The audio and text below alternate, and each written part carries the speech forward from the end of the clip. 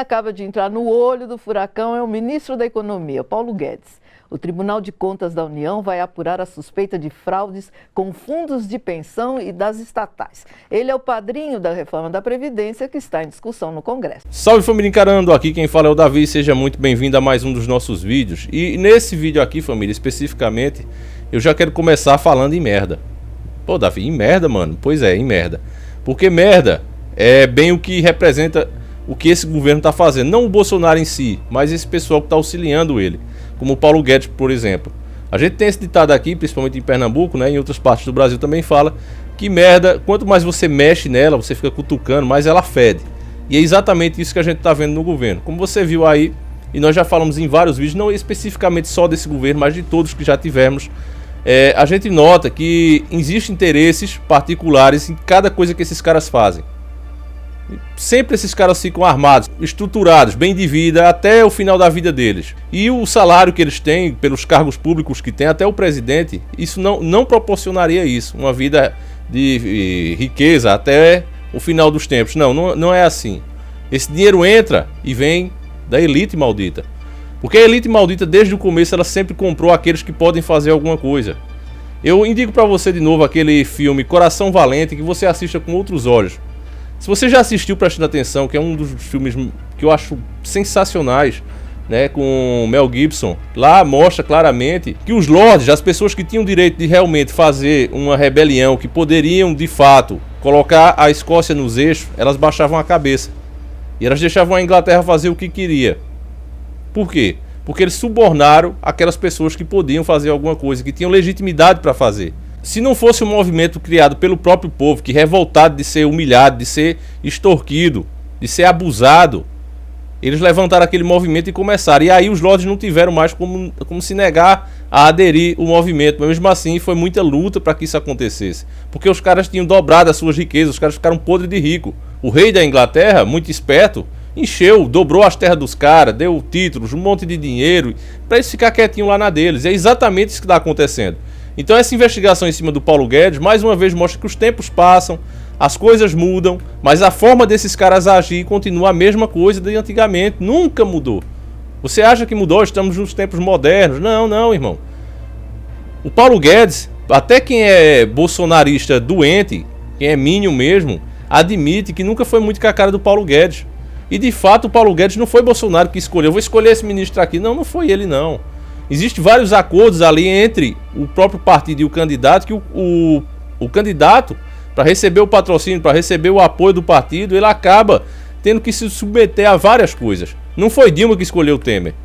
Não foi Bolsonaro que escolheu Mourão. São acordos que são fechados lá dentro e o cara tem que acatar. Você vê, na última eleição, naquela que foi Dilma, Aécio, né, a de 2014, Bolsonaro não conseguiu nem ser o vice de Aécio Neves. E ele já era chamado de mito, já era muito forte aqui na internet. Mesmo assim, os caras não deram oportunidade a ele. Porque não é questão de ser forte ou não. É questão de você fechar com eles ou não. Ou você fecha ou você fica de fora. A não ser que você entre num partidozinho lá sem força, um partido sem história política, mas nos grandões é tudo assim.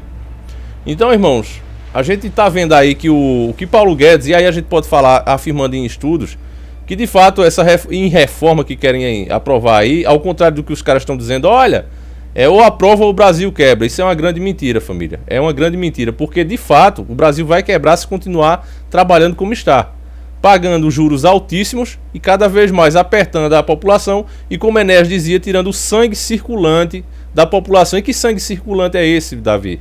É o dinheiro gerado pelo seu trabalho. O dinheiro gerado pelas matérias-primas do país. Esse é o dinheiro vivo, o sangue circulante do país. Aquele que o banco faz lá, aqueles títulos que eles têm lá, que eles colocam trilhões e trilhões, aquilo ali é um dinheiro que eles criam a partir do nada. Nós já temos vídeos aqui que nós falamos por alto e eu vou fazer um especial mostrando a você como é que os bancos criam esse dinheiro, tá certo? Você vai ver que eles criam do nada. Então é um dinheiro, o próprio Enéas já falou disso, ele também explicou isso muito claro. É um dinheiro do nada, que são trilhões que nenhum país fabrica isso, nenhum país trabalha com esse valor, mas eles colocam lá como que realmente fosse. Então o dinheiro verdadeiro está sendo sugado e é todo para pagar dívida. E qual é o problema disso? Eu vou deixar o documentário aqui, a entrevista com a moça, né, que ela era da Receita Federal, já aposentada, E ela agora está dedicando a vida a explicar isso e luta muito para que se faça uma auditoria da dívida pública. Nós fizemos 3 vídeos onde ela também mostra isso, explica. Vários especialistas falam sobre isso, mas as pessoas realmente preferem não ver e acreditar nas mentiras do sistema. Esqueça quem está no governo, família. Veja o que está sendo proposto e critique ou apoie dependendo do que for. Então, como não há tempo para perder, eu quero que você preste o máximo de atenção nesses vídeos. Esses últimos vídeos aqui do canal realmente não é vídeo para você assistir lendo comentário, não é vídeo para você assistir com pressa. São vídeos para de fato você sentar de boa, com a mente limpa e começar a prestar atenção. E depois que terminar o vídeo, pesquisar para ver se o que eu falei é verdade. E se isso acontecer, você vai ver que de fato tudo que estamos dizendo aqui são fatos, verdades. Tá certo, irmão? Então pegue agora mesmo o seu mamãozinho com açúcar e vamos iniciar o nosso quadro.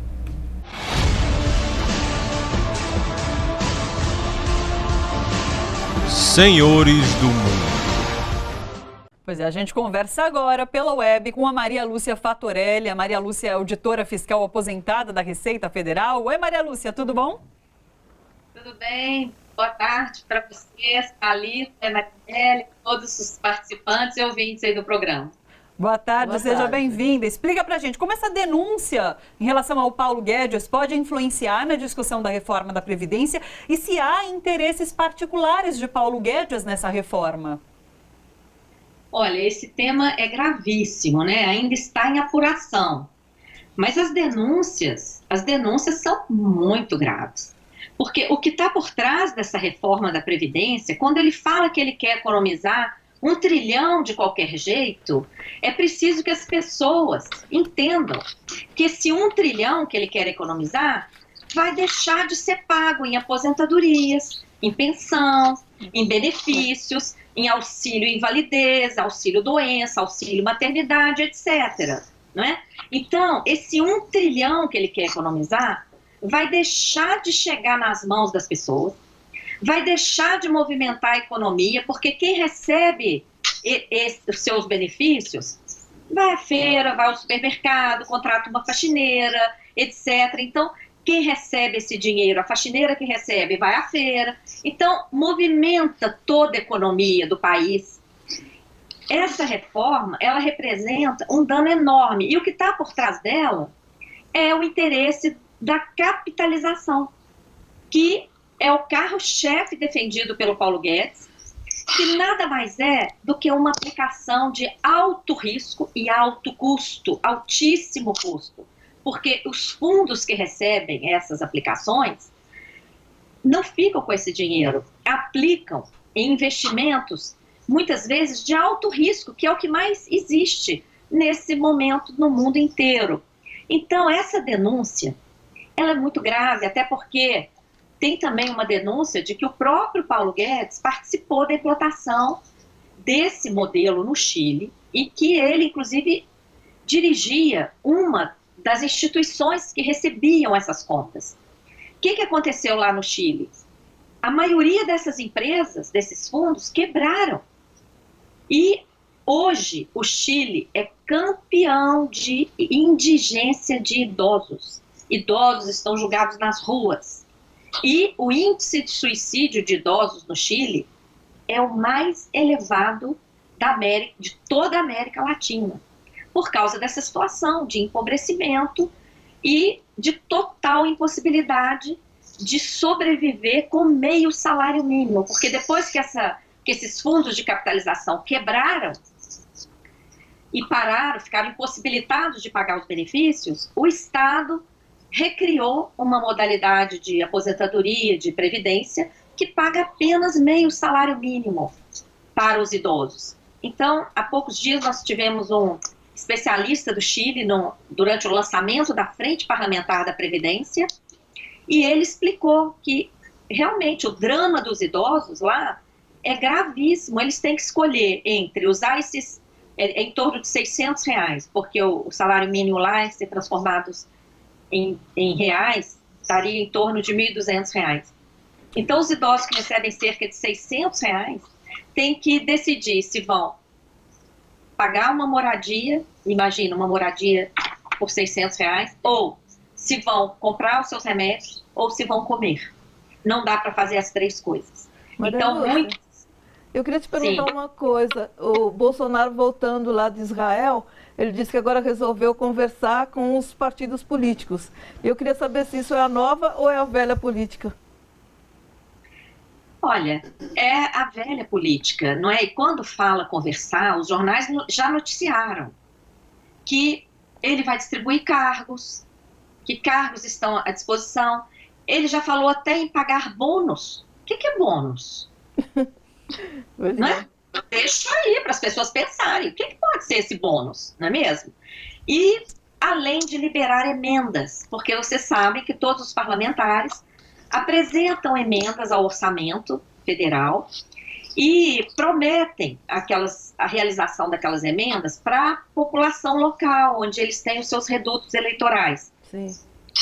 Isso em si não é uma irregularidade, porque o deputado, em tese, é o representante daquela parcela da sociedade e é legítimo que ele lute por uma ponte que precisa ser construída, por uma escola, hospital, etc. Porém, o que a gente condena é a moeda de troca. O governo tem que liberar emendas de todos e não daqueles que se declararem a favor da destruição da Previdência Social, como a gente conhece. Porque essa PEC é isso, é a destruição. Sim. Nesse momento acontece uma sabatina no Senado com o ministro Paulo Guedes. Da última vez que ele foi sabatinado, ele inclusive falou em deixar o cargo, caso não exista o interesse que essa reforma passe. Qual a sua expectativa? Olha, esse terrorismo, né? Se a reforma não passar, eu saio. Outro dia ele falou que se a reforma não passar, os servidores públicos não terão seus salários pagos. Cada hora é um tipo de terrorismo, né? Nada disso precisa, isso é puro terrorismo, tá?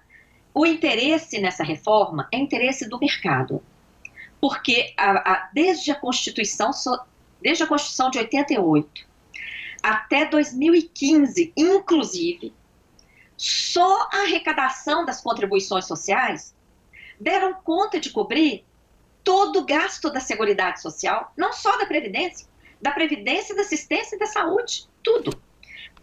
Em 2016, é que a arrecadação das contribuições já não foi suficiente sozinha, o governo precisou fazer um aporte, mas nem aí nós teríamos que falar em déficit, porque o artigo 195 da Constituição prevê a participação dos orçamentos públicos e de todas as contribuições. Então, quem fala em déficit, minhas prezadas Thalita e Maria Amélia, nunca leu o artigo 195 da Constituição. Eu acho que se os seus ouvintes aí desse programa procurarem lá a Constituição Federal, dá uma lida no artigo 195 e no 194 também. 194 criou a Seguridade Social, que é o programa social mais importante do Brasil, é o nosso maior patrimônio social. E aí, nós não estamos falando só de aposentadoria, não. Nós estamos falando da aposentadoria, nós estamos falando da assistência social, importantíssima para um país tão injusto como o Brasil, saúde pública. O que a gente devia estar discutindo é a melhoria do SUS, é a melhoria dos programas de assistência, porque como pode um Brasil tão rico como é o nosso país ainda ter tantas pessoas abandonadas na indigência e recebendo um benefício tão baixo? Eu queria aproveitar para dar um dado que a gente está pesquisando. Nós temos, em valores de dezembro de 2018, de lá para cá variou muito pouco, 1,270 trilhões na conta única do Tesouro. Imaginem isso. 1,270 trilhões, quase 20% do PIB. Isso é dinheiro de sobra de arrecadação, tributos que pagamos e que o Tesouro Nacional não vem gastando em educação, em saúde, etc., por causa daquela emenda constitucional 95, que estabeleceu teto para tudo. O limite máximo de gasto é aquele valor de 2016, corrigido pela inflação de acordo com o IPCA. Então, sobra dinheiro de arrecadação e sobra também dinheiro de títulos da dívida pública, que são emitidos além da necessidade. Então, imaginem, guardados lá, formando o que tecnicamente eles chamam de colchão de liquidez. Uma segurança para quem tem juros a receber do governo. Por que esse dinheiro não está irrigando a economia? Então, família, eu acredito que ela foi muito precisa, ela foi muito clara, não precisa eu explicar muita coisa aqui, mas eu sei que sempre tem aquele que é lá de nós e prefere um linguajar mais simples como o meu.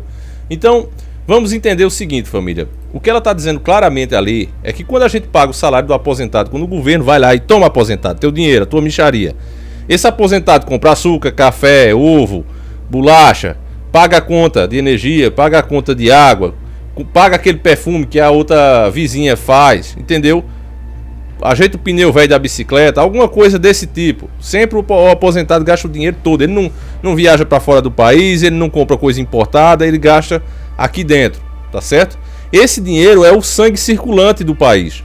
Você pode chamar assim, o sangue circulante. Vai para sua mão, vai para minha, vai para o seu irmão, volta para aquele ali de novo, volta para o governo, volta para o povo. É assim que funciona. O mal das privatizações, o mal de ter tanto estrangeiro aqui sugando o nosso dinheiro, é que, como o Enéas bem já explicou, isso já está provado. Vendendo produtos importados. Eles não têm culpa, claro, querem sobreviver, desempregados, estão certíssimos. Mas eu digo a que ponto nós chegamos? Aquilo é considerado um emprego, né? Ele está vendendo um sinal. E ele está vendendo produto importado. Quer dizer, para quem que está sendo criado emprego? Lá fora. No momento em que nós... Mas você sabe que lá fora a queixa é igual, né? Só que não é para nós. Nos Estados Unidos, por exemplo, a queixa dos operários é que estão fechando as fábricas, porque é mais barato abrir fábricas em países como o Brasil, que a mão de obra é mais barata. Mas o volume do ir e vir é muito maior indo do que vindo.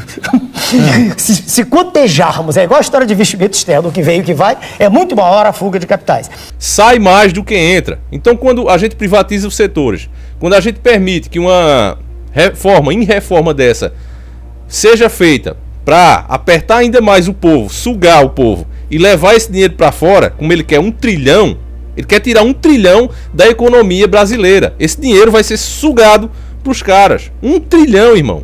Então, se o povo hoje já não tem dinheiro, onde é que tá o dinheiro? Onde é que tá o dinheiro? Tá com você? Porque antes era assim, ó. Ficou ruim para um setor, melhorava para o outro. Por exemplo, tá vendendo mais carro, afracou a venda de motos. Mas afracou a venda de moto, melhora a de carro. Era meio que assim antigamente. Só que hoje, com tanta privatização, com tanta reforma, o que é que tá acontecendo? Esse dinheiro vai todo para fora. Porque esses caras trabalham com interesses, como você viu desde o começo da matéria, com interesses próprios, ganham dinheiro para sabotar a própria nação e permitir que esses caras venham para cá, como esse MBL mesmo. Toda a proposta dele é para isso. Não, deixa na iniciativa privada. A iniciativa privada, toda conta que você paga, eles levam o dinheiro para fora. E nós ficamos na dependência, né? Se humilhamos aqui, a gente tem que ficar se humilhando para que eles voltem e investam o dinheiro de alguma maneira. Mas a partir da hora que o lucro, o dinheiro entra na conta deles, eles gastam onde eles quiserem. Eles levam para a Inglaterra, eles levam para a Alemanha, eles levam para o Japão, eles levam para onde quiser, eles são donos do dinheiro, legitimamente. Dinheiro esse que deveria ir para os cofres públicos e ser voltado para saúde, educação, saneamento, entendeu? É isso que eles não explicam para você de forma clara. É tudo muito cheio de tititi, que é para você não entender nada. Mas explicando de forma bruta, é assim que funciona, irmão.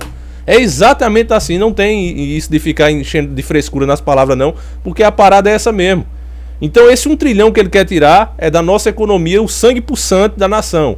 E de fato o que vai acontecer é isso, irmão. Vão tirar da nossa economia esse 1 trilhão para dar aos banqueiros, porque o governo não é homem, o governo não é macho o suficiente para chegar e pedir uma auditoria dessa dívida. Ninguém tá falando em calote, irmão. Ninguém tá falando em calote, até porque nós sabemos que não há como fazer um calote, porque é fazer o calote e eles invadem no outro dia. O Brasil não tem como se defender. Era por isso que Enéas falava tanto em bomba atômica, porque ele sabia que se um dia se negasse a pagar essa dívida, eles invadem. Eu disse que o Brasil, para poder negociar como gente grande no cenário internacional, para poder sentar-se à mesa em igualdade de condições e não como uma criança, ele precisaria fazer parte do clube atômico. Porque é injusto que nós sejamos obrigados a assinar tratados de não proliferação de armas nucleares, enquanto os Estados Unidos se armam cada vez mais até os dentes, né? É injusto. E a bomba serviria como instrumento de dissuasão estratégica. Uma bombinha contra a bomba. Basta, vou lhe dizer por quê. Porque os Estados Unidos não querem ver destruída nenhuma das suas cidades. Lembre-se de Hiroshima. Mas você já quer entrar? Não, entenda. A dissuasão estratégica é um instrumento de geopolítica. Mas peraí, mas você vê agora no Irã já está dando um problema porque querem pegar e desenvolver. Antes de mais nada, você acha que seria permitido ao Brasil desenvolver um projeto? A nossa conversa já é extemporânea, porque Sua Excelência, o ex-presidente Fernando Henrique, em pleno processo 98, assinou o tratado. Então a nossa conversa... Mas mesmo que não tivesse assinado? Não. Você acha que, por exemplo, o Irã resolve fazer uma bomba atômica, vai fazer? Não tem o potencial que nós temos. Nós somos uma potência levada à condição de colônia por essa submissão nossa, né, esse poder financeiro internacional, que leva de nós, assim, mais da metade da riqueza brasileira. Haja visto o que ocorreu no passado, 160 bilhões, uma coisa estúpida, mais do que o triplo do que se gasta com educação e saúde. Então, deter o controle do poder nuclear para uma bomba submarina teria sido, não é mais possível, apenas dizer assim, deixem-nos em paz, deixem-nos seguir nosso caminho. Tá certo? Então vamos ser realistas.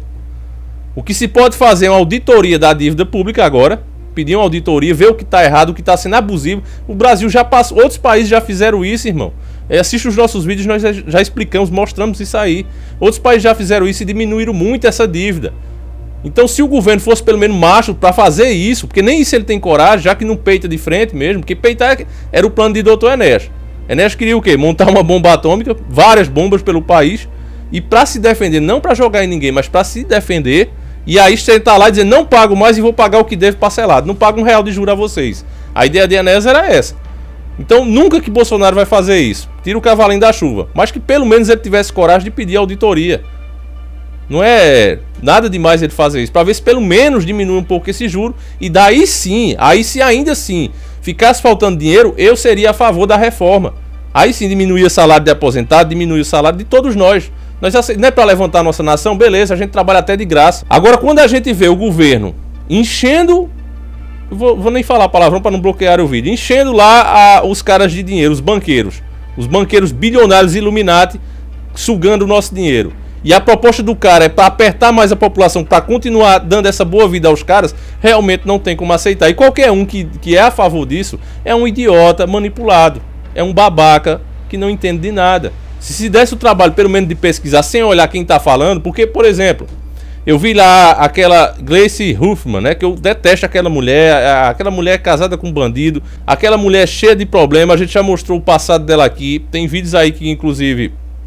eu acho que ainda deve ter, se não foi bloqueado, onde ela foi lá no mundo árabe, né, pedir ajuda, deixando o Brasil aqui exposto. Inclusive ela deveria ter sido expulsa, mas ela disse uma verdade. Será que Paulo Guedes aguentava viver com R$400 como ele quer propor? Então, mesmo na boca de um mentiroso, pode vir uma verdade e você tem que estar atento para ver isso. Mas o povo hoje está nessa de time de futebol, de torcida organizada, Lula lá e Mito lá, é os dois. E cada um aprova cegamente o que os seus deuses falam, que viraram deuses. E eu não vejo nada de deuses nos caras, vejo uns cagão frouxo dos dois lados, frouxo mesmo, sem capacidade nem de renegociar uma coisa que é legítima, pedir auditoria. O Lula fez o quê? Lula pegou dinheiro com os bancos privados, os bancos que funcionam dentro do Brasil, Santander, Itaú, bababá, esse estudinho Unibanco, pegou dinheiro com eles a um juro mais alto do que já pagava para pagar a dívida externa, ao Banco Mundial, ao FMI. Pagou lá e ficou devendo aqui um juro maior. Entendeu? Ele devia 100 conto, vamos botar assim, eu já expliquei isso 1000 vezes, os caras que assistem o nosso canal já devem estar cansados. Pô, Davi, para de dar esse exemplo, mas ele devia R$100, certo?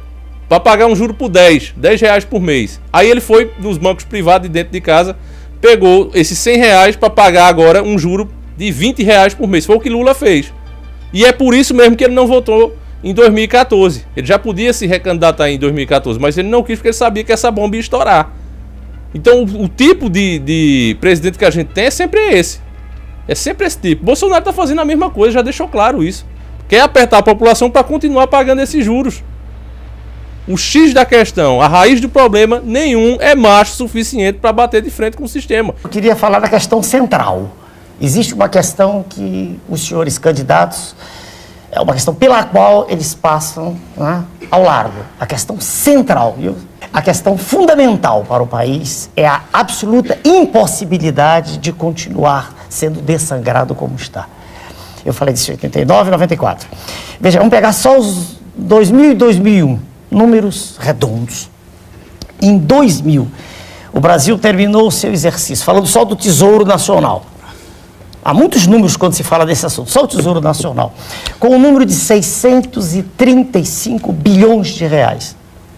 né, de dívida, somadas as dívidas do Tesouro, a interna e externa, do Tesouro. Eu estou tirando dívidas outras de empresas privadas que compõem a dívida externa também. Só dívida do Tesouro. Em 2001, quando acabou esse último exercício, nós estamos em 2002, já, repara que eu vou me animando, né? Porque o assunto eu queria... Aí estávamos, o Brasil, 794 bilhões. Os números em si não dizem nada, são números não reclamam. Inclusive o governo dirá, suas excelências, os governantes dirão, não, mas tem que descontar aí aquilo que é dívida dos Estados-membros. Você está para as negociações e renegociações dos Estados-membros. São créditos junto ao Banco Central, depósitos em bancos, enfim. Descontados todos esses valores, as duas cifras que já eram grandes caem um pouco. Dos 635, chega-se a 432 bilhões de reais em 2000 e chega-se em 2001 a 554 bilhões de reais. Ainda o governo argumentará. Mas, veja bem, houve uma inflação. Perfeito. Calculemos a inflação. Calculada a inflação de 10% ao ano, inflação que eles dizem, 432, com 10%, dá mais 43, dá 475. E aí que está o ponto crucial. De 475 bilhões, salta-se para 554. Então, corrigida a inflação, a dívida está aumentando. 16%. O que isso implica para o país? Isso implica um dispêndio anual, exercício de 2001, 120 bilhões de reais. 120 bilhões dão 10 bilhões mês. Uma coisa astronômica. Não há dinheiro para a saúde, não há para a educação, tudo mais que é discutido no seu programa, em qualquer lugar, perdoe-me, é conversa fiada. Vou aumentar salário, vou melhorar, isso tudo é conversa fiada, não há dinheiro. A verdade é que não há mesmo. E um ponto também que é vital nesse aspecto a se considerar, é que isso só tende a piorar. Então, a minha síntese é essa. Esse é, a meu ver, o ponto central. Um governo, seja qual for, que assuma o comando do país, tem que dizer assim, como eu vou fazer para deter esse processo? E é por isso que eu insisto aqui, que devemos, de novo, criar um partido como o PRONA. Algum político honesto deve fazer isso, criar um partido como o PRONA, para aí sim começar a colocar candidatos verdadeiramente sem o rabo preso, sem os tentáculos da maçonaria, nem do Banco Mundial, nem das empresas Illuminati. Um partido realmente feito para o povo. Aí sim vai ser um representante legítimo do povo. Por isso que destruíram o PRONA, engoliram o PRONA. Não, o PRONA se fundiu e virou republicano. Mentira. Engoliram o PRONA, destruíram o PROMA. Aproveitaram o nosso saudoso Dr. Enéas doente, em fase terminal de câncer, e fizeram essa sacanagem com o partido, destruíram o partido. A filha dele até hoje tenta reerguer esse partido. Então, eu acho que só com a democracia que a gente pode fazer alguma coisa. Do contrário, vamos ter isso aí, ó. Esses caras entram aí, não para lutar pelo povo, mas sim para fazer a sua vida, fazer a sua cama, como se dizem. É o que eles entram para fazer isso. Não são nacionalistas, são traidores da nação, irmão. E precisamos de nacionalistas o quanto antes, porque, veja aí, ó. É o que eu falo, presta atenção, ó. Eles estão lutando para quê? Para aprovar essa reforma. Bolsonaro oferecendo dinheiro aos caras já. Oferecendo cargos. Coisa que ele dizia que jamais ia fazer. Por mais que eu não goste do Ciro Gomes. Ciro Gomes é outro que assinou um documento de submissão do Brasil que o Dr. Enéas mostrou. Nós também já mostramos isso aqui em vídeo. É outro cara que eu detesto. Mas ele disse uma verdade. Bolsonaro se elegeu mentindo. Tudo que ele disse que não ia fazer, agora ele está fazendo.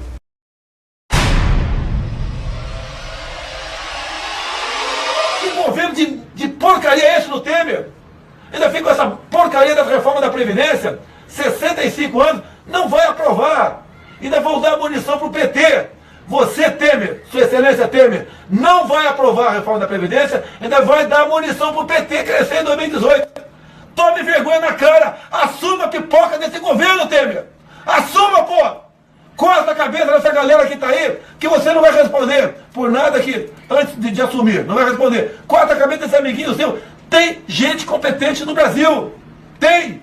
Acabe com as indicações políticas. As indicações políticas é que travam o governo, mergulham o governo na corrupção e na ineficiência. Acaba com isso. Tenha coragem, pô. Seja homem. É o que falta no Brasil. Seja homem. Sai com a porcaria do ministério, né? Metade aí não vale o que o gato enterra, metade não, outra metade tem gente boa, tem. Mas acaba com essa espulha, pô, acaba com esse negócio. Pensa no Brasil. Ele disse que não negociaria cargos nem nada do tipo. E já disse que para quem aprovar, né, essa em reforma, vai ter carguinho lá com ele. Vai ter até bonificação. Quer dizer, é a velha política de novo. Tudo que o cara disse que não ia fazer, o cara tá fazendo. E por que isso acontece? Porque quando chega lá dentro, o cara vê que ou enfrenta o sistema ou se rende a ele. E a maioria prefere se render. Por quê? Lula foi a mesma coisa também, irmão. Ele se elegeu também falando dessas coisas tudinho. Não vai ser assim com o meu governo. Quando entrou, fez tudo do mesmo jeito. Tanto que foi chamado do cara. E por quê? A pergunta é por que isso acontece? E a resposta, você chega logo a ela. Muito simples. O sistema está implantado, apodrecido. E é isso. Para bater de frente com ele tem que ter muita coragem. Muita coragem mesmo. Fé em Deus e muita coragem. Mas a gente acredita que ainda existem pessoas capazes de fazer isso. Ainda não está tudo perdido. A prova é que eles estão aí lutando, né? Para tentar aprovar isso de forma física. E se eles estão fazendo assim, por que a gente não pode ser o outro lado? Então, a minha ideia é essa aí, família. Eu vou ficando por aqui. Espero que vocês tenham gostado. Ainda sobre essa reforma da Previdência, se você quer saber mais alguma coisa, nós temos 3 documentários aí excelentes explicando tudo sobre ela. E assiste, irmão. Esqueça esse negócio de esquerda e direita. Os dois lados mentem, os dois lados dizem a verdade quando convém. Então, o que você pode fazer é estudar muito, para saber separar quando eles estão falando a verdade e quando eles estão falando mentira. E apoiar, dependendo da ocasião, tá certo, irmão? Esqueça isso de esquerda e direita, irmão. Esqueça, seja nacionalista. Das acusações que você recebe de ser uma pessoa de extrema autoritária, de extrema direita, como é que você se posicionaria politicamente? Como um homem de centro, de esquerda, de direita, como? Eu não aceito mais essa classificação. Isso é do passado. Tá bom, mas digamos que fosse eu no passado. sou um nacionalista. Eu sou um homem preocupado com a nação brasileira. Aprove o que você vê que de fato vai ser bom para a nação. E negue, lute contra tudo que for mal. Como essa reforma que é escravizar o povo. Vamos ver se a gente bota na cabeça desse governo que o dever dele é pedir a auditoria da dívida pública. Fiquem todos com Deus. Eu vou ficando por aqui. Deixa o seu like, confere se ele entrou. Às vezes quando você desce pros comentários que você volta, o like sumiu. Então veja se isso aconteceu. Ajuda a gente aí, deixa o like, comenta, por favor compartilha. Não adianta fazer esse vídeo aqui meia dúzia de pessoas assistir. Isso não vai servir pra nada. A única forma de realmente a gente ser uma força é com mais e mais pessoas. Então peço a sua ajuda aí, tá certo? Conto com vocês, cada um de vocês deve ser de fato um guerreiro nessa luta. E aqueles que puderem ajudar um pouco mais com alguma doação no Patreon, a gente aceita, será muito bem-vinda. Tem o Patreon, tem o PayPal, tem o Apoia-se, ainda mandando um e-mail, né, que também tá aí, o contato encarandosobrenatural@gmail.com. A gente também manda a conta, tá certo? Qualquer valor ajuda muito, não precisa ser... É só pra gente melhorar o próprio estúdio. Você vê como a gente já deu uma avançada. Se você pegar os nossos vídeos antigos, você vai ver o áudio era pior, a imagem nem tinha. E hoje, graças a Deus, graças aos Patreons, os apoiadores, a gente vem conseguindo dar uma melhorada aí, porque vocês não ligam, vocês querem saber da informação, mas tem outros que dizem, esse canal é muito mal feito, não vou nem ver, né? Infelizmente, o pessoal ainda tem essa cabeça de coquinho, né? Então, fazer o que, né, família? A gente vai melhorando aí. Fiquem com Deus, um abraço e sempre encarando o sobrenatural.